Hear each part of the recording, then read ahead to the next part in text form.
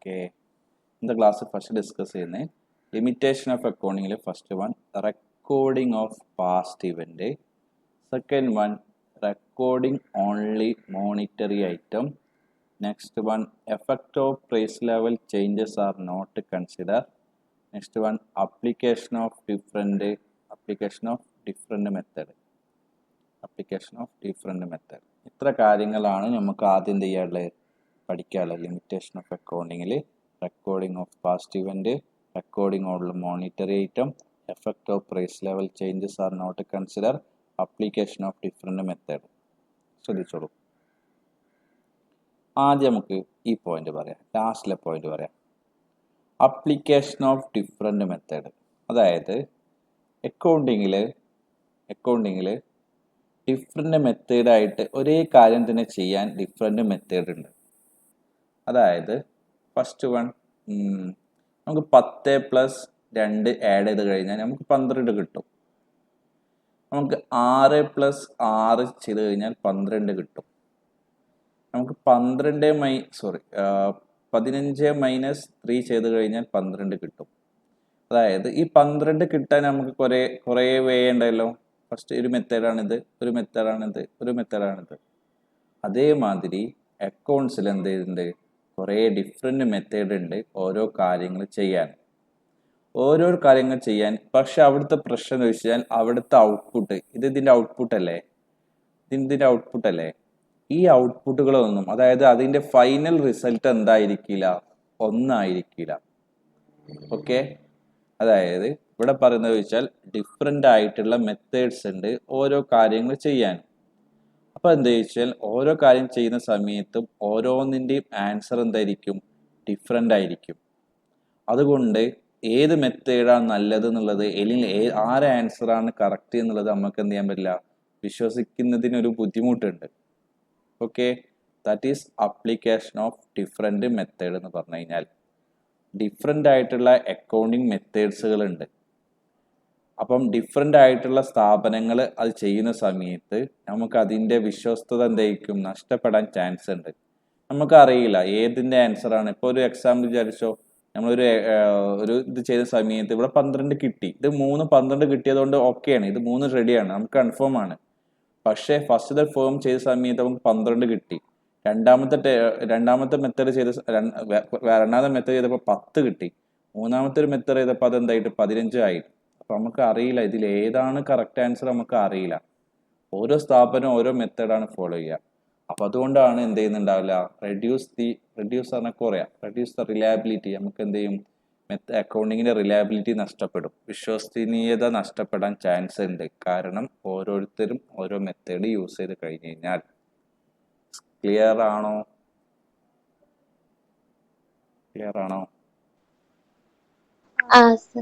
Okay. രണ്ടാമത്തത് effect of price level changes are not consider. അതായത് price എത്ര കൂടിയാലും കുറഞ്ഞു കഴിഞ്ഞാലും നമുക്ക് എന്ത് ചെയ്യില്ല, അക്കൗണ്ട്സിനെ എഫക്റ്റ് ചെയ്യില്ല ചില കാര്യങ്ങളിൽ. ഒരു എക്സാമ്പിൾ പറയട്ടെ. ഞാൻ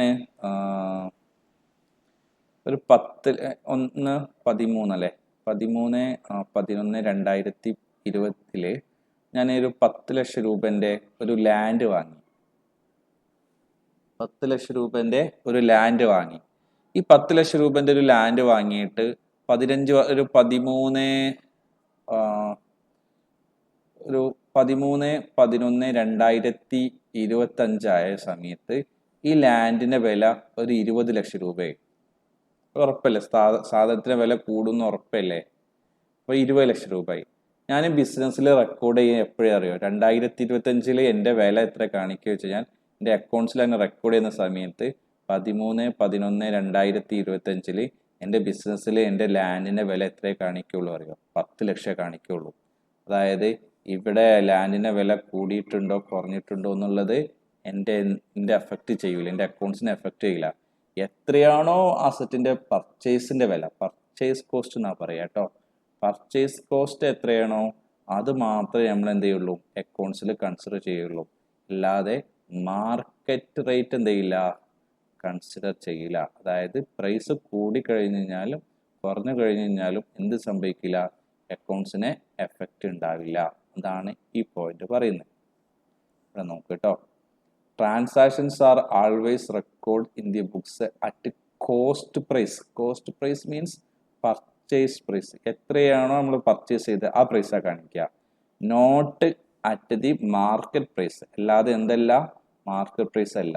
എത്രയാണോ ഉള്ള കോസ്റ്റ്, എത്രയാണോ ഉള്ളത് ആ വിലയാണ് കാണിക്കുക എപ്പോഴും. ജസ്റ്റ് 2 പോയിന്റ് ഒന്ന് മനസ്സിലാക്കി ജസ്റ്റ് ഒന്ന് റീഡ് ചെയ്യും.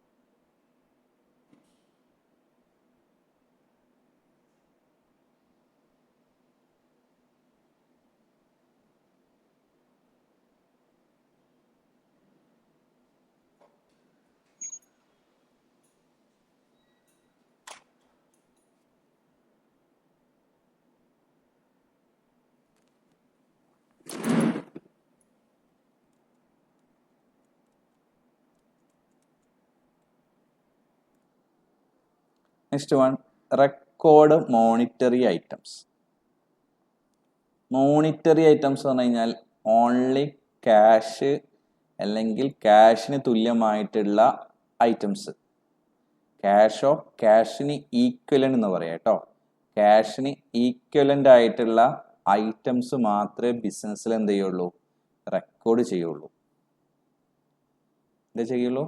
അസറ്റ്, അതായത് ക്യാഷും ക്യാഷിനും ഈക്വലുമായിട്ടുള്ള മോണിറ്ററി ഐറ്റംസ് മാത്രമേ റെക്കോർഡ് ചെയ്യുള്ളൂ. ഒരു എക്സാമ്പിൾ എടുക്കാം.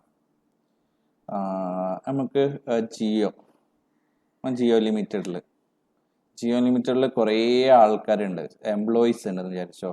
ഇവരെല്ലാവരും നല്ല ഹാർഡ് വർക്ക് ചെയ്യുന്ന എംപ്ലോയീസ് ആണ്. 1000 എംപ്ലോയീസ് ഉണ്ട്. ഈ എംപ്ലോയീസ് എല്ലാവരും നല്ല ഹാർഡ് വർക്ക് ചെയ്യുന്ന ആൾക്കാരാണ്. ജിയോ ലിമിറ്റഡിന് ഒരു ലാൻഡ് ഉണ്ട്, ഒരു 10 ഏക്കർ ലാൻഡ് ഉണ്ട്. ആ ലാൻഡിന് 10 ഏക്കർ ലാൻഡ് ഉണ്ട്. അപ്പോൾ എന്താ ചോദിച്ചു കഴിഞ്ഞാൽ ജിയോ ലിമിറ്റഡ് ബിസിനസ്സിൽ ഓൺലി റെക്കോർഡ് ചെയ്യുക, നമ്മൾ നേരത്തെ പഠിച്ചു, ഓൺലി റെക്കോർഡ് ചെയ്യുക മോണിറ്ററി ഐറ്റംസ് മാത്രമേ റെക്കോർഡ് ചെയ്യുള്ളൂ. മോണിറ്ററി ഐറ്റംസ് എന്ന് പറഞ്ഞു കഴിഞ്ഞാൽ ക്യാഷ് ആവാം, അല്ലെങ്കിൽ ക്യാഷിൻ്റെ ഈക്വലൻ്റ് ആയിട്ടുള്ള സാധനങ്ങളാവാം. ക്യാഷ് ആവാം, ക്യാഷിന് ഈക്വലൻ്റ് ആയിട്ടുള്ള കാര്യങ്ങളാവാം. ബിസിനസ്സിൽ ജിയോ ലിമിറ്റഡ് ഇവിടെ 1000 ആൾക്കാരുണ്ടെന്ന് വിചാരിച്ച എംപ്ലോയീസ്, ഇവരുടെ ഒന്നും ബിസിനസ്സിൽ റെക്കോർഡ് ചെയ്യില്ല. ഇവർക്ക് എംപ്ലോയീസിന്റെ വില ബിസിനസ്സിൽ ഉണ്ടാവില്ല. പക്ഷെ ബിസിനസ്സിന് എന്തുണ്ടാവും? ലാൻഡ് ആൻഡ് ബിൽഡിംഗ് ഉണ്ടാവും. ലാൻഡ് ഉണ്ടാവില്ലേ, അത് ബിസിനസ്സിൽ കാണിക്കും. കാരണം എംപ്ലോയീസ് നല്ല സ്കിൽഡ് ആയിട്ടുള്ള നല്ല യോഗ്യതയുള്ള എംപ്ലോയീസ് ഒക്കെ ഉണ്ടാവാം. പക്ഷെ അവരുടെ ഡീറ്റെയിൽസ് ഒന്നും ബിസിനസ്സിൽ ഉണ്ടാവില്ല, നമ്മളെ അക്കൗണ്ട്സിൽ അവരെ കാണിക്കില്ല. അതായത് എക്സാമ്പിൾ എടുക്കുക, നമ്മളെ അക്കൗണ്ട്സിൽ എംപ്ലോയീസ് പറഞ്ഞാണ്ട് 1000 എംപ്ലോയീസ് ഉണ്ടെന്ന് പറഞ്ഞിട്ട് ഒന്നും കാണിക്കില്ല ബിസിനസ്സിൽ. പക്ഷെ ബിസിനസ്സിൽ ലാൻഡ് ഉണ്ട്. ലാൻഡ് പറഞ്ഞാൽ മോണിറ്ററി അല്ലേ, പഠനപരമായിട്ടുള്ള ഒരു വാല്യൂ ഉള്ള സാധനമല്ലേ. അതായത് ഇപ്പോൾ ലാൻഡിന് 10 ഏക്കറിന് ഒരു 10 ലക്ഷം രൂപ എന്ന് വിചാരിച്ചോളൂ. അങ്ങനെയാണെങ്കിൽ ലാൻഡിന്റെ അസറ്റായിട്ട് ആര് ഉപയോഗിക്കും? ജിയോ ലിമിറ്റഡ് അവരുടെ ബാലൻസ് ഷീറ്റിൽ ലാൻഡ് ആൻഡ് ബിൽഡിംഗ് കാണിക്കും 10 ലക്ഷം രൂപ. അതായത് അവർ അസറ്റാണ് അല്ലേ. ലാൻഡ് എന്ന് പറഞ്ഞു കഴിഞ്ഞാൽ നിങ്ങൾക്ക് വീട് നിങ്ങളുടെ അസറ്റ് അല്ലേ, അതേമാതിരിയാണ് ജിയോ ലിമിറ്റഡ് ലാൻഡ് 10 ലക്ഷം രൂപ കാണിക്കും. പക്ഷേ ഈ ജിയോ ലിമിറ്റഡ് വർക്ക് ചെയ്യുന്ന ആരെ ഒരു ബാക്ക് ബോൺ വെച്ചിട്ടാണ്? എംപ്ലോയീസിന്റെ വെച്ചിട്ടല്ലേ. പക്ഷെ ആ എംപ്ലോയീസിന് എന്ത് ചെയ്യില്ല, അക്കൗണ്ട്സിൽ കയറ്റൂല. അവർക്ക് എന്ത് വെച്ചാൽ അവർക്ക് വാല്യൂ കണക്കാക്കാൻ അക്കൗണ്ട്സിന് പറ്റൂല എന്നുള്ളത് അടുത്തൊരു ലിമിറ്റേഷനാണ്. ആരുടെ? ബിസിനസിന്റെ. അക്കൗണ്ട്സിന്റെ അടുത്ത ലിമിറ്റേഷനാണ്. എന്ത് ചെയ്യുന്നില്ല, സ്കിൽഡ് ആയിട്ടുള്ള എംപ്ലോയീസിന്റെ കാര്യങ്ങളൊന്നും ബിസിനസ്സിൽ റെക്കോർഡ് ചെയ്യില്ല. ഓൺലി മോണിറ്ററി ഐറ്റംസ് മാത്രമേ റെക്കോർഡ് ചെയ്യുള്ളൂ. ഇവിടെ നിന്ന് വായിച്ചു നോക്കാം നമുക്ക്. To record only transaction which can be recorded monetary item. Monetary ടേംസിൽ നമുക്ക് കൺവേർട്ട് ചെയ്യാൻ പറ്റുന്ന ഡീറ്റെയിൽസ് മാത്രമേ ബിസിനസ്സിൽ റെക്കോർഡ് ചെയ്യുള്ളൂ. അതായത് മാനേജീരിയൽ സ്കില്ല്, നല്ല മാനേജീരിയൽ ആൾക്കാരുണ്ടാവും, സർവീസ് ആയിട്ടുള്ള എക്സ്പേർട്സ് ഉണ്ടാവാം. അവരൊന്നും എന്ത് ചെയ്യില്ല, അവരാരും നമ്മൾ ബിസിനസ്സിൽ എന്ത് ചെയ്യില്ല, റെക്കോർഡ് ചെയ്യില്ല. കാരണം എന്താ? അവർക്ക് നമുക്ക് എത്ര മോണിറ്ററി ഐറ്റംസ് കണക്കാക്കാൻ പറ്റില്ല. എക്സാമ്പിൾ കുറച്ചും കൂടി എളുപ്പമായിട്ട് പറയുകയാണെങ്കിൽ 10 എംപ്ലോയീസ് ഉണ്ട്. ഈ 10 എംപ്ലോയീസ് ഒരാൾക്ക് ഇത്ര ലക്ഷം രൂപ എന്ന് കാണിക്കാൻ പറ്റും നമുക്ക്. ഇത് എ എന്ന് വിചാരിച്ചോ, എക്ക് 10 ലക്ഷം രൂപ, 10 ലക്ഷം രൂപ എന്റെ വാല്യൂ ഉണ്ട്, ബിക്ക് 20 ലക്ഷം രൂപ ഉണ്ട്. ഇങ്ങനെ നമുക്ക് ബിസിനസ്സിൽ കാണിക്കാൻ പറ്റില്ല. സിക്ക് 50,000 രൂപയേ ഉള്ളൂ. പക്ഷെ ഇങ്ങനെ നമുക്ക് ഓരോരുത്തർക്ക് എന്താ ഇടാൻ പറ്റില്ല, വാല്യൂ ഇടാൻ പറ്റില്ല. അതുകൊണ്ട് ഇവർ വാല്യൂ ഇടാൻ പറ്റാത്തത് കൊണ്ട് എന്ത് ചെയ്യുന്നില്ല, ഇവർ ബിസിനസ്സിൽ റെക്കോർഡ് ചെയ്യില്ല. ഓൺലി മോണിറ്ററി ഐറ്റംസ് ആയിട്ടുള്ള കാര്യങ്ങൾ മാത്രമേ ബിസിനസ്സിൽ റെക്കോർഡ് ചെയ്യുകയുള്ളൂ. Next one, recording of past event. Accounting is a postmortem survey. അങ്ങനെ പറഞ്ഞാൽ എന്തായിരിക്കും? പോസ്റ്റ്മോർട്ടം സർവേ എന്ന് പറഞ്ഞാൽ എന്താ? എപ്പോഴാ പോസ്റ്റ്മോർട്ടം ചെയ്യാ? എപ്പോഴാ പോസ്റ്റ്മോർട്ടം ചെയ്യാ? പറ.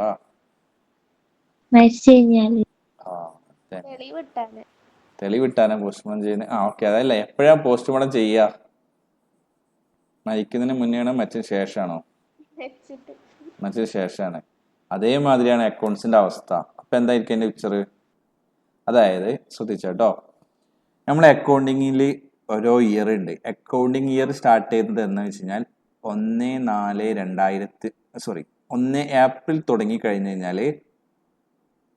ഏപ്രിൽ തുടങ്ങി കഴിഞ്ഞാൽ മാർച്ചിലാണ് ഒരു കൊല്ലം അവസാനിക്കുക അക്കൗണ്ട്സിൽ. എന്നാൽ അക്കൗണ്ടിങ് എങ്ങനെ ക്രിസ്മസ് ഇയർ എങ്ങനെ കാൽക്കുലേറ്റ് ചെയ്യുന്നത്? കലണ്ടർ ഇയർ എങ്ങനെ വരുന്നത്? കലണ്ടർ ഇയർ എങ്ങനെ? ജനുവരി 1 തീയതി മുതൽ ഡിസംബർ 31 തീയതി അല്ലേ? ഇതല്ലേ കലണ്ടർ ഇയർ എന്ന് പറഞ്ഞാൽ? അങ്ങനെയാണെങ്കിൽ അക്കൗണ്ടിങ് ഇയർ എന്ന് സ്റ്റാർട്ട് ചെയ്യുന്നത് വെച്ച് കഴിഞ്ഞാൽ ഏപ്രിൽ 1 തീയതി മുതൽ മാർച്ച് 31 വരെയാണ് കേട്ടോ. ആരെങ്കിലുമൊക്കെ ചോദിക്കും കേട്ടോ, നിങ്ങൾ കോമേഴ്സ് സ്റ്റുഡൻ്റാ, അപ്പം എന്ത് ചെയ്യുക, അവർ ചോദിക്കുക എന്നാണ് അക്കൗണ്ടിങ് ഇയർ ഒക്കെ തുടങ്ങുകയെന്ന് ചോദിച്ചു ചുമ്മാ. അപ്പോൾ അക്കൗണ്ടിങ് ഇയർ എന്ന് തുടങ്ങുക ഏപ്രിൽ 1 തീയതി മുതൽ മാർച്ച് 31 തീയതി വരെയാണ് അക്കൗണ്ടിങ് ഇയർ സ്റ്റാർട്ട് ചെയ്യുന്നത്. അപ്പോൾ നോക്ക്, ഇതിപ്പോൾ നമ്മളെ അക്കൗണ്ടിങ് ഇയർ എന്ന് വെച്ചാൽ 1/4/2020.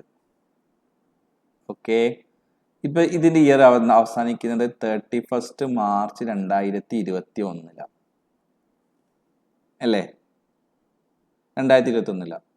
ഞാൻ ഇതിന്റെ അക്കൗണ്ടിങ്ങിന് ട്രാൻസാക്ഷൻസ് ഒക്കെ എന്ത് ചെയ്യുക, ഈ കൊല്ലത്തെ ട്രാൻസാക്ഷൻസ് ഒക്കെ അക്കൗണ്ട്സ് ചെയ്യുന്നത് എപ്പോഴായിരിക്കും അറിയോ? ട്രാൻസാക്ഷൻസ് ഒക്കെ റെക്കോർഡ് ചെയ്യും, ഡെയിലി റെക്കോർഡ് ചെയ്യും. പക്ഷെ നമ്മൾ അക്കൗണ്ട്സ് സ്റ്റാർട്ട് ചെയ്യുന്നത് എപ്പോഴായിരിക്കും അറിയോ? അക്കൗണ്ട്സ് തുടങ്ങുന്നത് ഈ ഡേറ്റ് കഴിഞ്ഞതിന് ശേഷമായിരിക്കും. അതായത് 31/3/2021 ശേഷമായിരിക്കും നമ്മൾ എന്ത് ചെയ്യുക, അക്കൗണ്ട്സ് തുടങ്ങുക. അതായത് നമുക്ക് പ്രോഫിറ്റ് ആൻഡ് ലോസ് അക്കൗണ്ടും ബാലൻസ് ഷീറ്റും ഒക്കെ ഉണ്ടാക്കുന്നത് എപ്പോഴാണ്? 31 മാർച്ച് 2021 ശേഷം. അതായത് 1 ഇയർ കഴിഞ്ഞിട്ട് മാത്രമേ നമുക്ക് എന്ത് ചെയ്യാൻ പറ്റുള്ളൂ, അക്കൗണ്ട്സ് ചെയ്യാൻ പറ്റുള്ളൂ. അപ്പോൾ അതിൻ്റെ ഇടയിൽ എന്ത് നടന്ന്, ട്രാൻസാക്ഷൻസ് ഒക്കെ കുറേ കഴിഞ്ഞു പോയി അല്ലേ? ഇപ്പോൾ ഏപ്രിൽ തുടങ്ങി കഴിഞ്ഞ ട്രാൻസാക്ഷൻസിന്റെ അക്കൗണ്ട്സ് തുടങ്ങുന്ന ഒരു കൊല്ലം കഴിഞ്ഞിട്ടാണ്. ട്രാൻസാക്ഷൻസ് ഒക്കെ മരിച്ചുപോയി. എന്നിട്ടാണ് നമ്മൾ എന്ത് ചെയ്യുന്നത്, ഒരു കൊല്ലം കഴിഞ്ഞിട്ടാണ് നമ്മൾ എന്ത് ചെയ്യുന്നത്, അക്കൗണ്ട്സ് തുടങ്ങുന്നത്. ദാറ്റ് ഈസ് പോസ്റ്റ്മോർട്ടം സർവേ എന്ന് പറഞ്ഞ അക്കൗണ്ട്സ് ഡെയിലി ട്രാൻസാക്ഷൻ റെക്കോർഡ് ചെയ്യും. പക്ഷെ ബിസിനസ് ലാഭമാണോ നഷ്ടം, ബാലൻസ് ഷീറ്റ് ഒക്കെ ഉണ്ടാക്കുന്നത് എപ്പോഴായിരിക്കും? ഒരു കൊല്ലം കഴിഞ്ഞിട്ടാണ് ഉണ്ടാക്കുക. അതാണ് ഇവിടെ ഉദ്ദേശിക്കുന്നത്. അതുകൊണ്ട് എന്ത് ചെയ്യാൻ പറ്റില്ല, നമുക്ക് ഏപ്രിലിൽ ഇതിന്റെ ഇടയിൽ എന്തൊക്കെ നടക്കുന്നുള്ള ഒരു ഇതിന്റെ ഇടയിൽ എന്തൊക്കെ ബിസിനസ് നടക്കുന്ന കാര്യങ്ങൾക്ക് ബുദ്ധിമുട്ടാണ് നമുക്ക് അറിയാൻ. അതേമാതിരി മാനേജ്മെന്റ് എന്തിനാണ്, ഡിസിഷൻ മേക്കിംഗ് എടുക്കാനും ബുദ്ധിമുട്ടാണ്. ഡിസിഷൻ എടുക്കാനും മാനേജ്മെന്റിനെ സംബന്ധിച്ചിടത്തോളം ബുദ്ധിമുട്ടാണ്. ആ കാര്യങ്ങളാണ് ഇവിടെ പറയുന്നത് പോസ്റ്റ്മോർട്ടം സർവേ ഉദ്ദേശിക്കുന്നത്. Accounting is a postmortem survey. From the decision making of the point of view, the information need not be only past but also about the present and future. ഇനി എക്സാമ്പിൾ വേറെ ഒന്നും എടുക്കുക, നമുക്ക് ഭാവിയിൽ എന്താ നടക്കുക നമുക്ക് അറിയില്ല. നമുക്ക് ഭാവിയിൽ എന്തായിരിക്കും അക്കൗണ്ട്സ്, ഇപ്പൊ എക്സാമ്പിൾ എടുത്തോ, ഇപ്പൊ നമുക്ക് 2020 കൊറോണ എല്ലാം വന്നിട്ട് എല്ലാവരും അവസ്ഥയും കട്ടപ്പോകയാണ്. എല്ലാ ബിസിനസ്സും തകർന്ന്. എനിക്കൊരു കൊല്ലം 10 ലക്ഷം രൂപ പ്രോഫിറ്റ് ഉള്ളൂ 2020. 2021 2022 2019 50 ലക്ഷം രൂപ പ്രോഫിറ്റ് ഉള്ള എൻ്റെ ബിസിനസ് 2020 ആയപ്പോൾ എത്ര പ്രോഫിറ്റ് ഉള്ളൂ? 50 ലക്ഷം രൂപ ബിസിനസ് 10 ലക്ഷം രൂപ പ്രോഫിറ്റ് ഉള്ളൂ. ഓക്കെ, 2021 22 അവസ്ഥ എനിക്ക് അറിയില്ല, കറക്റ്റായിട്ട് എനിക്ക് പറയാൻ പറ്റില്ല. അക്കൗണ്ട്സിന്റെ പ്രശ്നമാണ്. പാസ്റ്റിലെ കാര്യങ്ങൾ നമുക്ക് കിട്ടും. അതായത് ഒരു കൊല്ലത്തെ കഴിഞ്ഞ കൊല്ലത്തെ കാര്യങ്ങൾ നമുക്ക് കിട്ടും അല്ലേ? അതായത് ഏപ്രിൽ 2020 21 വരെയുള്ള അവസ്ഥ, ആ കാലഘട്ടത്തിലെ റിസൾട്ട് എന്താണ് നമുക്കറിയാം. പക്ഷെ 2021 2022 അവസ്ഥ നമുക്ക് അറിയില്ല. അക്കൗണ്ട്സിനെ പറ്റി ഒരു ഐഡിയ ഉണ്ടാവില്ല. നമുക്ക് ലാഭമാവുമോ നഷ്ടമാവുമോ കാര്യങ്ങളൊക്കെ, അതാണ് ഇവിടെ പറയുന്നത്. Accounting is a postmortem survey. അതായത് പോസ്റ്റ്മോർട്ടം ഇത് എക്സാമിന് ചോദിക്കാറുണ്ട് കേട്ടോ. ഈ ലൈൻ ഏറ്റവും ഇമ്പോർട്ടൻ്റ് ആണ് കേട്ടോ. അവിടെ നോട്ട് ചെയ്ത് വെക്കണേ ഈ ലൈൻ മാത്രം. Accounting is a postmortem survey ആണ്. അത് ട്രൂ ആണോ ഫാൾസോ എന്ന് ചോദിക്കും. ട്രൂ ആണ്. കാരണം എന്താ വെച്ച് കഴിഞ്ഞാൽ from the decision making view പോയിന്റിൽ information need not only past details മാത്രമേ നമുക്ക് അറിയുള്ളൂ. പക്ഷേ ഫ്യൂച്ചറിൽ പ്രസന്റ് ആൻഡ് ഫ്യൂച്ചേഴ്സും ഡീറ്റെയിൽസും കാര്യങ്ങളൊന്നും നമുക്ക് എന്ത് ചെയ്യാൻ പറ്റില്ല, ക്യാച്ച് ചെയ്യാൻ പറ്റില്ല. പാസ്റ്റ് ഡീറ്റെയിൽസ് നമുക്ക് എന്ത് ചെയ്യാൻ പറ്റും, ഇൻഫർമേഷൻ നോട്ട് ഓൺലി പാസ്റ്റ്. പക്ഷെ നമുക്ക് അതായത് കഴിഞ്ഞ കാലഘട്ടത്തിൽ കാര്യങ്ങൾ മാത്രം പോരാ, ഫ്യൂച്ചറിലും കാര്യങ്ങളും നമുക്ക് കിട്ടാൻ ബുദ്ധിമുട്ടാണ്. അപ്പൊ ഇത്ര പോയിന്റുകളാണ് പറയുന്നത്. First one, accounting is A recording past events മാത്രമേ ബിസിനസ്സിൽ റെക്കോർഡ് ചെയ്യുള്ളൂ. ഫ്യൂച്ചറിലെയും പ്രസന്റിലെയും കാര്യങ്ങൾ എന്ത് ചെയ്യില്ല, ബിസിനസ്സിൽ റെക്കോർഡ് ചെയ്യുന്നില്ല. രണ്ടാമത്, റെക്കോർഡിംഗ് ഓൺലി മോണിറ്ററി ഐറ്റംസ്, ബിസിനസ്സിൽ മോണിറ്ററി വാല്യൂ ഉള്ള ഐറ്റംസ് മാത്രം റെക്കോർഡ് ചെയ്യുള്ളൂ. നല്ല എഫിഷ്യൻ്റ് ആയിട്ടുള്ള സ്കില്ലായിട്ടുള്ള മാനേജീരിയസും അതേമാതിരി സർവീസ് എക്സ്പേർട്ടിൻ്റെ കാര്യങ്ങളൊന്നും ബിസിനസ്സിൽ റെക്കോർഡ് ചെയ്യുന്നില്ല. മൂന്നാമത്തത്, എഫക്റ്റ് ഓഫ് പ്രൈസ് ലെവൽ, പ്രൈസിൻ്റെ വില കൂടിയാലും കുറഞ്ഞു കഴിഞ്ഞാലും ബിസിനസ്സിന് മാറ്റം ഉണ്ടാവില്ല. കാരണം എപ്പോഴും ബിസിനസ്സിൽ എന്ത് മാത്രമേ എടുക്കുള്ളൂ, എത്രയാണോ പർച്ചേസിൻ്റെ വാല്യൂ, എത്രയും പർച്ചേസ് വാല്യൂ ഉള്ളത് അത് മാത്രമേ ബിസിനസ്സിൽ റെക്കോർഡ് ചെയ്യുള്ളൂ. പിന്നെ അപ്ലിക്കേഷൻ ഓഫ് ഡിഫറെൻ്റ് ആയിട്ടുള്ള മെത്തേഡ്സുകൾ എന്ത് ചെയ്യുന്നത്, അക്കൗണ്ടിങ്ങിൽ യൂസ് ചെയ്യുന്നത്. പല ആൾക്കാരും പല മെത്തേഡ് ഉപയോഗിക്കുന്നത് കൊണ്ട് നമ്മുടെ എന്ത് ചെയ്യുന്നു, വിശ്വസ്തത എന്ത് ചെയ്യും, റെഡ്യൂസ് ദി റിലയബിലിറ്റി, വിശ്വസ്തത നഷ്ടപ്പെടാൻ ചാൻസ് ഉണ്ട്. ഇത്ര കാര്യങ്ങളാണ് എക്സാമിന് ചോദിക്കാറുണ്ട് 4 മാർക്കിന്. What are the limitations of accounting? എല്ലാവരും ജസ്റ്റ് ഒന്ന് റീഡ് ചെയ്ത് സൈലന്റ് ആയിട്ട് റീഡ് ചെയ്ത് സ്ക്രീൻ കാണുന്നുണ്ടെന്ന് വിചാരിക്കുന്നത്. നിങ്ങൾക്ക് നിങ്ങളുടെ ഫോണിലാണ് നിങ്ങൾ കാണുന്നതെങ്കിൽ ആ സ്ക്രീൻ നിങ്ങൾക്ക് എന്ത് ചെയ്യാൻ പറ്റും, സൂം ചെയ്യാം. അടുത്ത ഏരിയ ആണ് ബ്രാഞ്ചസ് ഓഫ് അക്കൗണ്ടിങ്. അക്കൗണ്ടിങ്ങിന്റെ ബ്രാഞ്ചസ്, ഏതൊക്കെ ശാഖകളാണ് അക്കൗണ്ട്സിനുള്ളത്? ഓക്കെ, നിങ്ങൾക്ക് അറിയോ എന്തൊക്കെ ശാഖകളാണുള്ളതെന്ന്? ശ്രദ്ധിച്ചോട്ടോ. Follow the branches of accounting. First one, financial account. രണ്ടാമത്തത് കോസ്റ്റ് അക്കൗണ്ടിങ്. മൂന്നാമത്തത് മാനേജ്മെന്റ് അക്കൗണ്ട്. ഏതൊക്കെയുള്ളത്? ഫസ്റ്റ് വൺ ഫിനാൻഷ്യൽ അക്കൗണ്ടിങ് ആണുള്ളത്, രണ്ടാമത്തത് കോസ്റ്റ് അക്കൗണ്ടിങ് ആണുള്ളത്, മൂന്നാമത്തത് മാനേജ്മെന്റ് അക്കൗണ്ടിങ് ആണുള്ളത്. എന്താണ് ഫിനാൻഷ്യൽ അക്കൗണ്ടിങ് എന്ന് പറഞ്ഞു കഴിഞ്ഞാൽ? ഫിനാൻഷ്യൽ അക്കൗണ്ടിങ് എന്ന് പറഞ്ഞു കഴിഞ്ഞാൽ എൻ്റെ ബിസിനസ്സിൻ്റെ പ്രോഫിറ്റ് ആണോ ലോസ് ആണോ എന്ന് കണ്ടുപിടിക്കാൻ ഉണ്ടാക്കുന്ന എൻ്റെ സ്റ്റേറ്റ്മെൻ്റ് ഉണ്ട്. ആ സ്റ്റേറ്റ്മെൻറ്റ് ഇൻവോൾവ് ആവുന്ന അക്കൗണ്ടിങ്ങിനെ പറഞ്ഞ പേരാണ് ഫിനാൻഷ്യൽ അക്കൗണ്ടിങ് എന്ന് പറഞ്ഞു കഴിഞ്ഞാൽ. എൻ്റെ ബിസിനസ്സിന് പ്രോഫിറ്റ് ആണോ ലോസ് ആണോ, എനിക്ക് എത്ര അസറ്റ് ഉണ്ട്, എനിക്ക് എത്ര ലയബിലിറ്റി ഉണ്ട്, ബാധ്യത ഉണ്ട് എന്നുള്ള ഒരു സ്റ്റേറ്റ്മെൻറ്റ് ഉണ്ടാക്കും ഞാൻ. ആ സ്റ്റേറ്റ്മെൻറ്റ് ഉണ്ടാക്കുന്ന അക്കൗണ്ടിങ്ങിനെ പറഞ്ഞ പേരാണ് ഫിനാൻഷ്യൽ അക്കൗണ്ടിങ് എന്ന് പറഞ്ഞു കഴിഞ്ഞാൽ. ഓക്കെ, അതായത് കോസ്റ്റ് അക്കൗണ്ടിങ് ചെയ്ത് കഴിഞ്ഞാൽ എനിക്ക് എത്ര പ്രോഫിറ്റ് ഉണ്ട് എത്ര ലോസ് ഉണ്ട് എന്നുള്ളത് അറിയാൻ പറ്റില്ല. പ്രോഫിറ്റും ലോസും അറിയണമെങ്കിൽ എനിക്ക് എന്തെന്നെ ഉണ്ടാക്കണം, ഏത് അക്കൗണ്ടിങ് ഉണ്ടാക്കണം? ഫിനാൻഷ്യൽ അക്കൗണ്ടിങ് തന്നെ ഉണ്ടാക്കണം. ഓക്കെ, അതിനെ പറഞ്ഞ ഈ പ്രോഫിറ്റും ലോസും അസറ്റും ലാബിലിറ്റി ഉണ്ടാക്കുന്നതിനെ പറഞ്ഞ പേരാണ് ഫൈനൽ അക്കൗണ്ട്സ് എന്ന് പറയും. ഫൈനൽ അക്കൗണ്ട്സ് ചെയ്താൽ മാത്രമേ എനിക്ക് എന്തുണ്ടാവുള്ളൂ, പ്രോഫിറ്റ് ആണോ ലോസ് ആണോ, എനിക്ക് എത്ര അസറ്റ് ഉണ്ട് എത്ര ലാബിലിറ്റി ഉണ്ടെന്ന് മനസ്സിലാക്കാൻ പറ്റുള്ളൂ. രണ്ടാമത്തത് കോസ്റ്റ് അക്കൗണ്ടിങ് എന്ന് പറഞ്ഞു കഴിഞ്ഞാൽ ഒരു പ്രൊഡക്റ്റ് ഉണ്ടാക്കാൻ വേണ്ടിയിട്ട് എത്ര കോസ്റ്റ് വേണം, എത്ര ചെലവ് വരും എന്ന് എന്ന് ഡിറ്റർമിൻ ചെയ്യുന്നതാണ് എന്ത് വരിക, കോസ്റ്റ് അക്കൗണ്ടിങ്. കോസ്റ്റ് എന്ന് പറഞ്ഞാൽ ചെലവാണ്, എക്സ്പെൻസ് ആണ്. അതായത് VKC കമ്പനി അവര് എന്തുണ്ടാക്കുന്നത്, VKC കമ്പനി കുറെ ചപ്പൽസ് ഉണ്ടാക്കുന്നുണ്ട്. ഈ ചപ്പൽസിനൊക്കെ ഒരു ചപ്പൽ ഉണ്ടാക്കാൻ അതായത് ഒരു ചെരുപ്പ് ഉണ്ടാക്കാൻ മാക്സിമം എത്ര കോസ്റ്റ് വരും? ഓക്കെ, ഒരു 100 രൂപയാണ് ഒരു പ്രൊഡക്റ്റ് ഉണ്ടാക്കാൻ കോസ്റ്റ് വരിക. അതായത് ഇപ്പൊ എക്സ് എന്ന് പറഞ്ഞ കണ്ടുള്ള ഒരു ചെരുപ്പ് ഉണ്ടാക്കിയത്, ആ എക്സ് എന്ന ചെരുപ്പ് 100 രൂപ വന്നേ.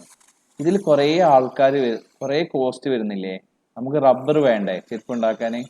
റബ്ബർ വരുന്നുണ്ട്. അതേമാതിരി റബ്ബർ നമ്മൾ എന്ത് ചെയ്യുന്നത്, അത് എംപ്ലോയീസ് വേണ്ടേ ചെരുപ്പ് ഉണ്ടാക്കാൻ? പിന്നെ അങ്ങനെ കുറേ കാര്യങ്ങളുണ്ട്. പിന്നെ ഈ റബ്ബർ എന്ത് ചെയ്യുക, നമ്മൾ കൺവേർട്ട് ചെയ്തിട്ട് നമ്മൾ എന്താക്കുന്നത്, ചെരുപ്പാക്കുന്നത്. പ്രൊഡക്ഷൻ വരുന്നുണ്ട് അല്ലേ, പ്രൊഡക്ഷൻ കോസ്റ്റ് വരുന്നുണ്ട് അല്ലേ? ഒന്നുമില്ല, നിങ്ങൾ ഇങ്ങനെ ആലോചിക്കുക, നിങ്ങൾ വീട്ടിൽ ഓംലേറ്റ് ഉണ്ടാക്കുന്നത്, നിങ്ങൾ വീട്ടിൽ ഓംലേറ്റ് ഉണ്ടാക്കുന്നത്, ഓംലേറ്റിൽ എന്തൊക്കെ വേണം? മെറ്റീരിയൽ എന്തൊക്കെയാണ് വേണ്ടി? എഗ്ഗ് വേണം, പിന്നെ കുറേ കാര്യങ്ങൾ വേണം, ചില്ലീസ് വേണം, സാൾട്ട് വേണം, അങ്ങനെ കുറേ വേണ്ടേ. ഇനി അതുണ്ടാക്കാൻ നിങ്ങൾ വേണ്ടേ?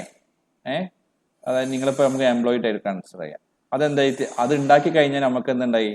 അതുണ്ടാക്കി കഴിഞ്ഞാൽ നമുക്ക് എന്തുണ്ടാകുന്ന പ്രൊഡക്ഷൻ കഴിഞ്ഞ് കഴിഞ്ഞാൽ അത് ഓംലേറ്റ് ആയി കിട്ടുന്നത് ഇല്ലേ? പാനിലെല്ലാം ചെയ്ത് ചൂടായി കഴിഞ്ഞാൽ പ്രൊഡക്ഷൻ കഴിഞ്ഞാൽ നമുക്ക് എന്തിന് ഓംലേറ്റ് കിട്ടുന്നത്.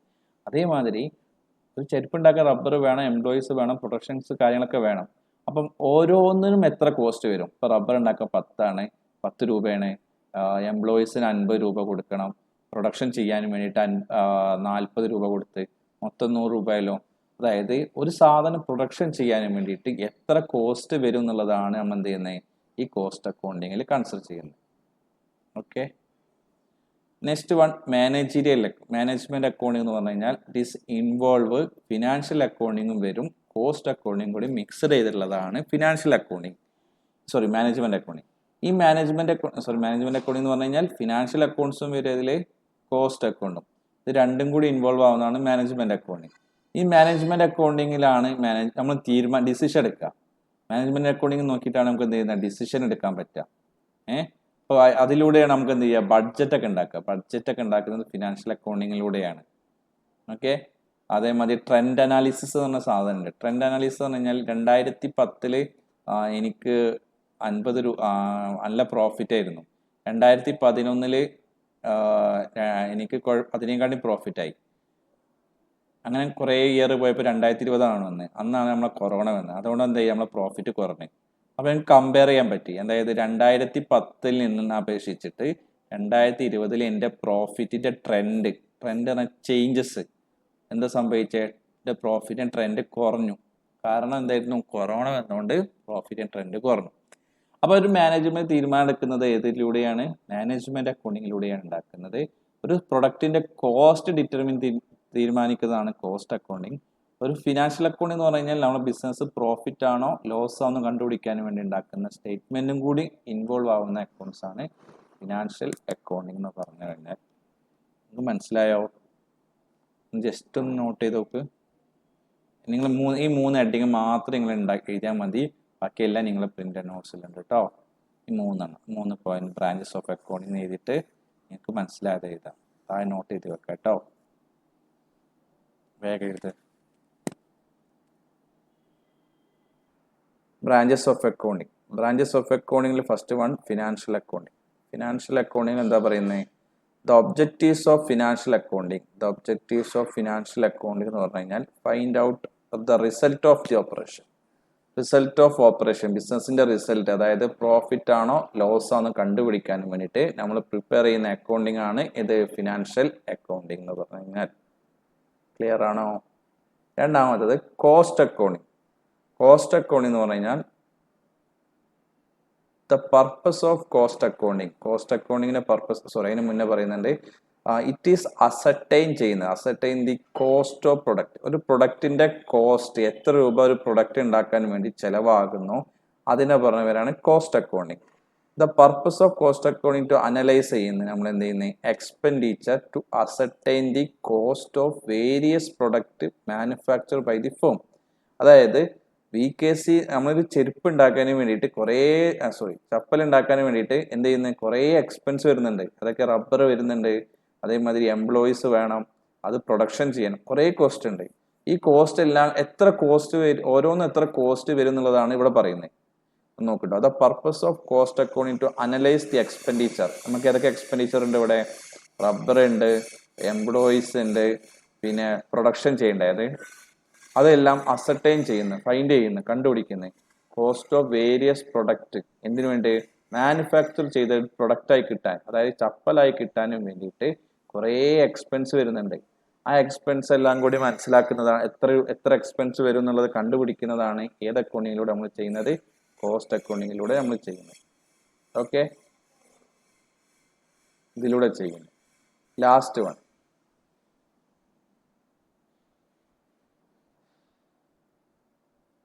മാനേജ്മെന്റ് അക്കൗണ്ടിങ് മെയിൻ ആയിട്ട് എന്താണ്, നമ്മൾ ഉണ്ടാക്കുന്ന അക്കൗണ്ട്സ് അതിൽ എന്ത് ചെയ്യും, മാനേജ്മെന്റ് ഡിസിഷൻ എടുക്കുന്നത്. അതവിടെ പറയുന്നുണ്ട്. The main purpose of management according to present the accounting information, അതായത് ഉണ്ടാക്കിയിട്ടുണ്ടാവുന്ന accounting information assist to management, മാനേജ്മെന്റിന് എന്ത് ചെയ്യുന്നത്, സഹായിച്ചു കൊടുക്കുന്നത്. ഏതൊക്കെ രൂപത്തിൽ? പ്ലാനിങ് ചെയ്യാനും കൺട്രോളിങ് ചെയ്യാനും ബിസിനസിന്റെ ഓപ്പറേഷനും ബിസിനസിനും വേണ്ടിയിട്ടെല്ലാം ഇതെന്ത് ചെയ്യുന്നത്, ഒരു ഹെൽപ്പ് സഹായമാകുന്ന രീതിയിൽ അവർ ഇൻവോൾവ് ആക്കുന്നത്.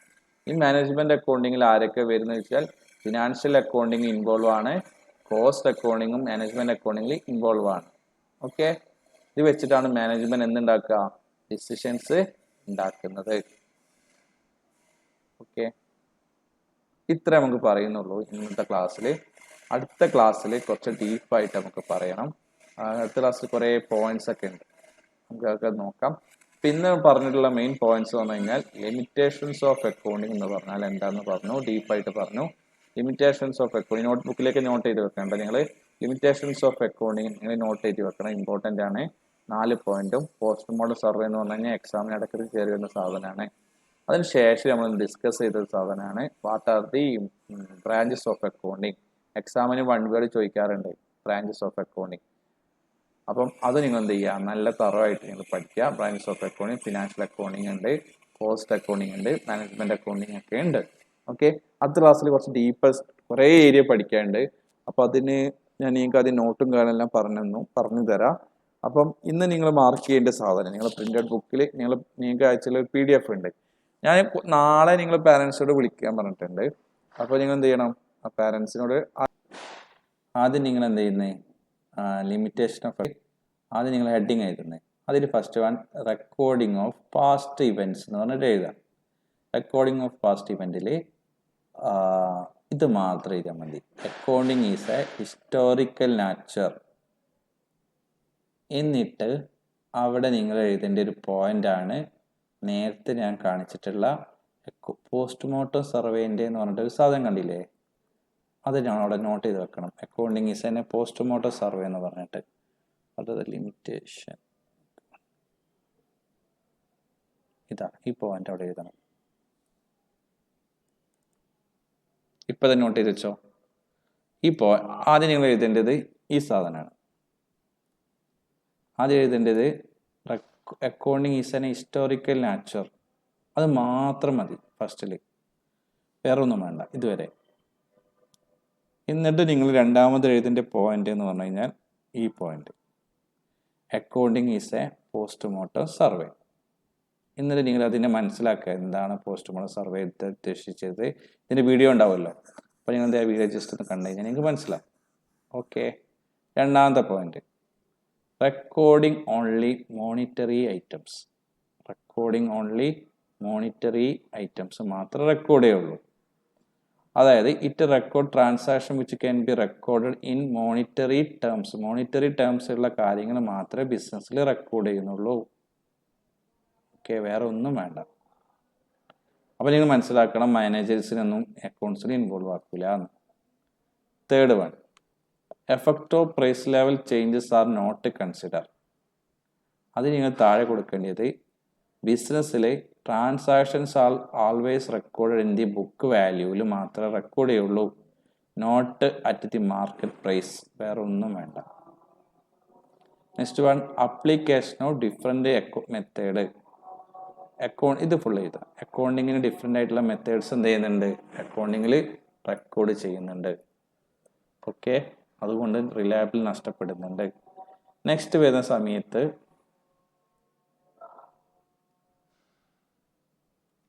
Branches of accounting, financial accounting.